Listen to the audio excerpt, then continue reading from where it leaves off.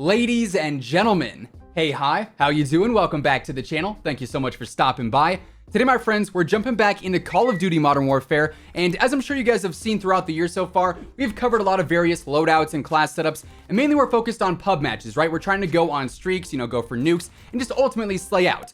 But there's also a completely different kind of class setup, and that is a class setup built for competitive play, built to win, and not just necessarily for you, but for a team in general. And today, we're looking at the best pro setups to use here in Modern Warfare. So if you enjoy the video at any point, or if you just find it helpful, let me know by dropping a like on it. And of course, if you're new to the channel, we are always covering the best class setups, the latest news and intel, pretty much everything and anything going on with Call of Duty, you're gonna find it right here. So feel free to subscribe with your notifications turned on. Also, today's video is actually sponsored by the Call of Duty League. So we are approaching the end of the CDL season now. Championship weekend is taking place on August 29th and 30th, and it's going to be streamed live on the official Call of Duty League YouTube channel. Now, the CDL YouTube channel is going to be linked down below, so be sure to go ahead and check that out. That way, come championship weekend, you can tune in and watch your favorite team play. Of course, we've got 12 teams from around the world battling it out for a prize pool, and they are literally the best of the best when it comes to playing Call of Duty. And by tuning in, you never know, you may learn a thing or two from watching their gameplay. Now, Champs is an absolutely huge finish to the season, and I want to know from you guys, who do you think is going to take home that first place prize? Personally, I think it's going to be the Huntsmen. They've looked really good all year long so far, but be sure to leave your predictions down in the comments below. And of course, check out the link in the description to subscribe to the CDL YouTube channel and find out more about CDL Champs. Once again, huge thank you to the Call of Duty League for sponsoring this video, and now back to it.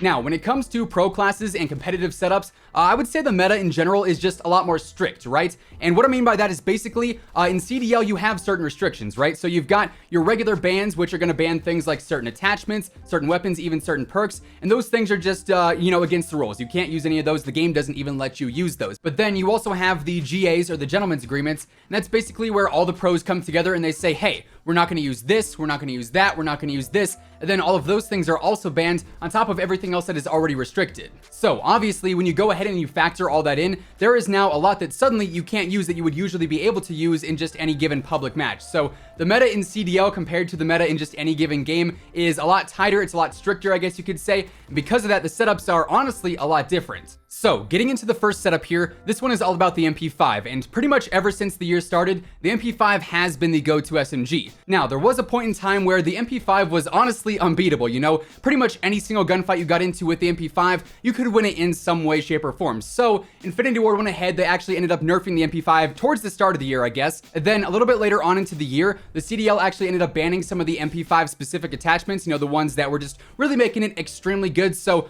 honestly, the class that we've seen for the Mp5 has evolved a lot throughout the year so far. So as of now, the go-to setup on the Mp5 starts off with the muzzle brake, and basically this is going to help with recoil control. Obviously, when you are maining a sub, you're going to be using that SMG in pretty much 99.9% of the engagements you get into, so you want to have it be as versatile and as consistent as possible. So even when you get into those medium and even longer range fights, the Mp5 is still usable if you can control that recoil, and the muzzle brake is going to be a huge help with that, so that's going to be attachment number one. And then we got the operator foregrip here. Recently, the go-to foregrip, if you will, was definitely the Merc foregrip. However, that is one of those attachments that the CDL actually bans because it was just so overused and it made the Mp5 so good, especially with the hip fires. So now, the operator foregrip is definitely the go-to grip in this category, at least for the Mp5. And this is pretty much going to help even more with that recoil control. It's just going to stabilize it, make it easier to stay on target. So that's definitely another very big help there. Then we've got the 10 mil 30 round mags, and this is basically just going to increase the damage. And of course, when your accuracy is spot on, when you are consistently hitting your shots,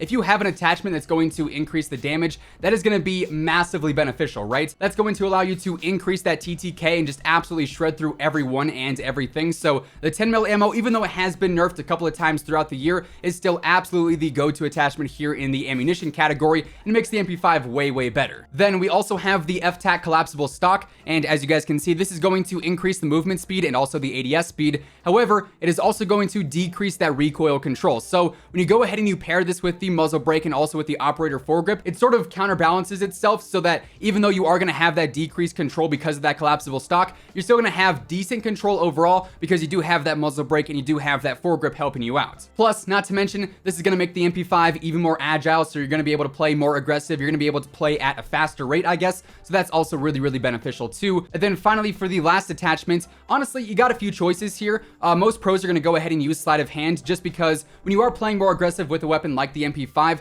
you're going to be constantly in gunfights, in and out, in and out, in and out, especially if you're playing hard point or domination. So you're going to want to get those reloads off faster, and obviously sleight of hand is going to help with that. However, if you're not too focused on that reload time, then going ahead and using the stipple grip tape, I would say would probably be your next best choice. Now, before we go ahead and get into the other two setups for today, first we have to go ahead and look at the remainder of the class as well, because even though a lot of the pros do use different weapons, you know, some use ARs, some use SMGs, pretty much the remainder of their class, their perks, their equipment, all that stuff pretty much stays the same for the most part. So going through this for their secondary, a lot of the pros will actually use the combat knife, which I know might seem kind of weird. You know, why would you want to use a knife that's not going to be able to get you kills at any kind of distance, right? But actually, they don't use this for kills whatsoever. They use this strictly for movement, because you can always go ahead and you can pick up an enemy's weapon off the ground, or even a teammate's if the situation arises, right? But off the spawn and domination or S&D or even hard points, you want to be able to get to those choke points faster. So when you run around with this combat knife, you're going to be a lot faster. You can get to those choke points faster, and that's going to help you maintain control of the map. And also, if you go ahead, you get taken out, you got to respawn, you got to get back into the action. You can do that faster as well by running with your combat knife out. So that's why most pros actually don't use really any secondary, and they use a combat knife instead. Then as far as the perks go, we've got a pretty standard setup here that I think most pros go ahead and use. And this starts off with EOD, which obviously is going to protect against explosives. Then we got Point Man, because honestly, a lot of these perk 2 perks are actually banned. I believe only Ghost and Point Man work, and Point Man is obviously going to help you get those streaks faster, which can be pretty beneficial. So a lot of pros go ahead and use that there.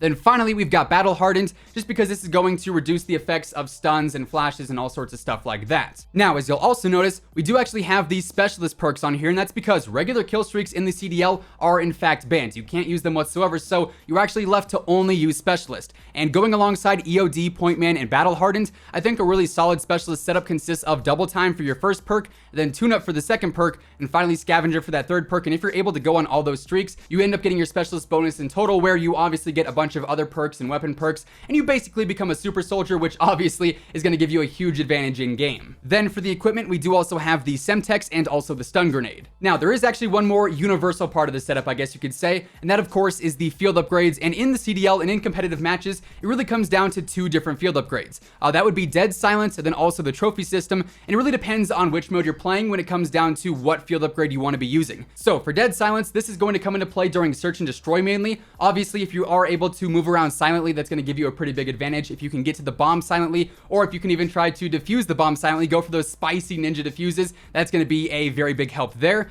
Or if you are playing, like, say, domination or hard points, you're on the B flag, you're inside of the hard points, throwing down that trophy system is going to be a lot more beneficial than popping Dead Silence, so obviously you want to be using that there. Now, getting into setup number 2, this one is all about the M4A1. We all know just how good the M4A1 is, and actually, setup number 3 is all about the M4A1 too. However, the difference between those two classes is one is built for more of an aggressive playstyle, so that one is all about trying to run around and just slay out as an AR main, whereas the other one is a bit more defensive. You want to be using it if you're trying to anchor spawns in hard points, or if you're trying to hold choke points in S&D per se. However, as far as the more aggressive of the two M4 setups goes, this one starts off with the compensator.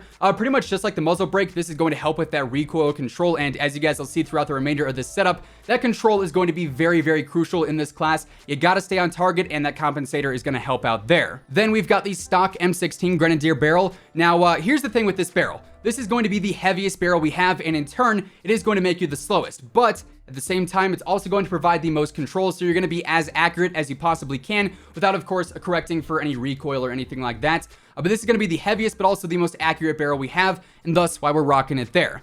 Then we've got the Commando foregrip on here. This is going to help with recoil stabilization, so that's going to help you stay on target more. Pretty basic stuff there, if I'm being honest with you. Once again, we do have sleight of hand, but just like before, if you do want to actually trade that out for the stipple grip tape, it would actually work pretty well. Obviously, you're going to gain some speed there, but you're going to lose that reload speed, so it just depends on what exactly you want to focus on. And then the final aspect of this class comes down to the no stock attachment, which I would say is probably the biggest factor in this entire setup. Now, of course, no stock is going to give you a ton of mobility. It's going to increase your movement speed and your aim down sight speed, just like the collapsible stock over on the MP5. However, yet again, you are going to lose some of that control, and especially with the no stock attachment, Infinity Ward actually went ahead and they nerfed the no stock attachment a little while back. So the recoil while using this is actually worse than ever, and so you have to pretty much go ahead and pair this with the compensator and also with the Grenadier barrel and even the Commando foregrip, just to make sure your recoil is not just through the roof kicking into the sky. But after you learn that recoil pattern and you basically see how that's going to work, you can use all these attachments sort of coinciding with one another, and this is going to be a very versatile M4 setup.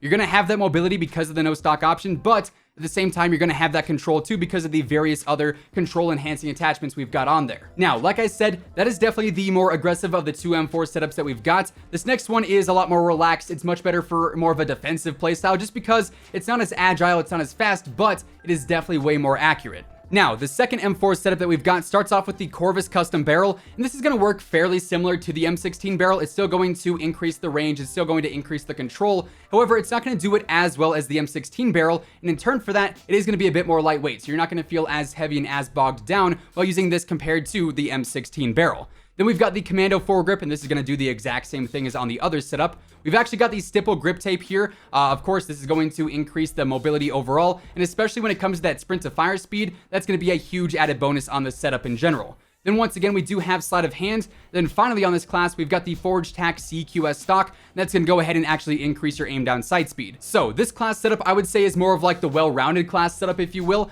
You focus a bit on control, a bit of mobility, just a little bit here and there, and all around it comes out to an M4 setup that I personally really enjoyed using. Going back to that Mp5 setup, that was a beast. It's absolutely the best SMG setup in the entire game. You shred everyone and everything with it. Super mobile, super fast-paced. Absolutely love that. The other M4 setup is a lot of fun, although you do have to work a lot harder to actually be able to do well with it because you are using that no stock attachment. It's going to throw off that recoil a bit more. Because of that, you also have to counter that recoil by using a few extra attachments. Whereas this one, like I said, is very well rounded. It is pretty much a straight laser beam. This thing has next to no recoil. It is super easy to use. This setup in particular, I would say, is very low risk, high reward. And with that being said, those are effectively the best pro setups to use here in Modern Warfare, and that is going to wrap things up for today. If you guys enjoyed the video, or if you just found it helpful, let me know by dropping a like on it. And of course, if you're new to the channel, this is the place to be when it comes to the latest Call of Duty news and intel, best class setups, and pretty much everything in between. So feel free to subscribe with your notifications turned on, that way you'll always know whenever I upload a new video. Once again, huge thank you to the Call of Duty League for sponsoring this video. CDL Champs is coming up August 29th, August 30th. Drop me a comment down below on who you guys think is going to take home that first place prize, and be sure to check out the links in the description below to check out both the CDL YouTube channel and to find out more about CDL Champs in general. As always, thanks so much for tuning in, and until next time, take it easy, have an awesome rest of your day, and I'll catch you guys later. Peace out.